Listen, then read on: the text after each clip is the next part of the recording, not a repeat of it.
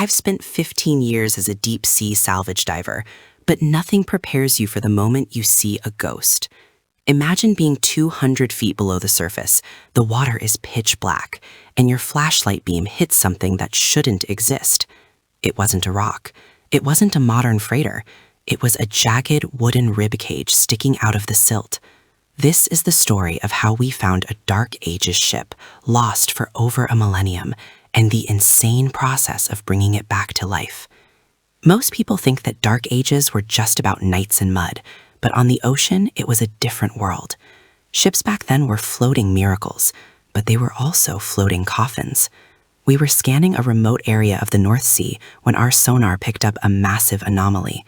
At first, we thought it was a downed plane, but as the ROV, remotely operated vehicle, sent back the first 4K images, my heart stopped. It was a longship, perfectly preserved by the freezing, low-oxygen water. You could still see the carvings on the prow. This ship didn't just sink, it died in agony.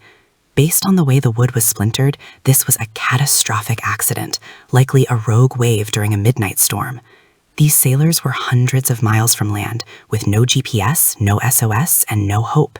They vanished into the dark, and for 1,100 years they stayed there. Now here's where it gets crazy.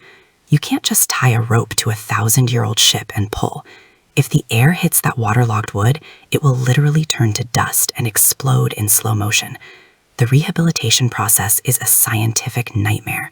We had to build a custom steel cradle underwater, sliding it piece by piece under the hull like a giant spatula. When we finally broke the surface, the smell was the first thing that hit us, a mix of old salt, peat, and history itself. For the next 3 years, that ship lived in a constant chemical bath. We had to replace every drop of water inside the wood cells with polyethylene glycol, essentially a liquid wax, so the ship wouldn't shrink and collapse.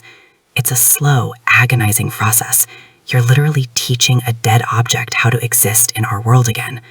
But the real payoff? That happened last month, when we opened the exhibit. I stood in the back of the museum, wearing a hoodie so no one would recognize me, and just watched. I saw a group of teenagers stop dead in their tracks. One girl put her hand against the glass, just inches away from where a Viking captain probably stood during his final moments. You could see it in their eyes, the realization that this wasn't just a thing in a history book. It was a vessel of dreams, trade, and tragedy. People travel from all over the world now to see this wreck. They stare at the accident marks, the cracked mast and the holes in the hull, and you can hear a pin drop. We didn't just find a ship. We rescued a story from the bottom of the world. In the Dark Ages, they called the ocean the Whale Road. I like to think we just gave one of those travelers a final place to rest where they can finally be seen. If you ever get the chance to visit one of these resurrected ships, don't just look at the wood. Look at the craftsmanship. Think about the person who carved that brow, never knowing that 1,000 years later, someone like you would be standing there, wondering who they were.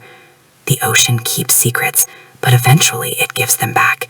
And trust me, some secrets are worth the wait.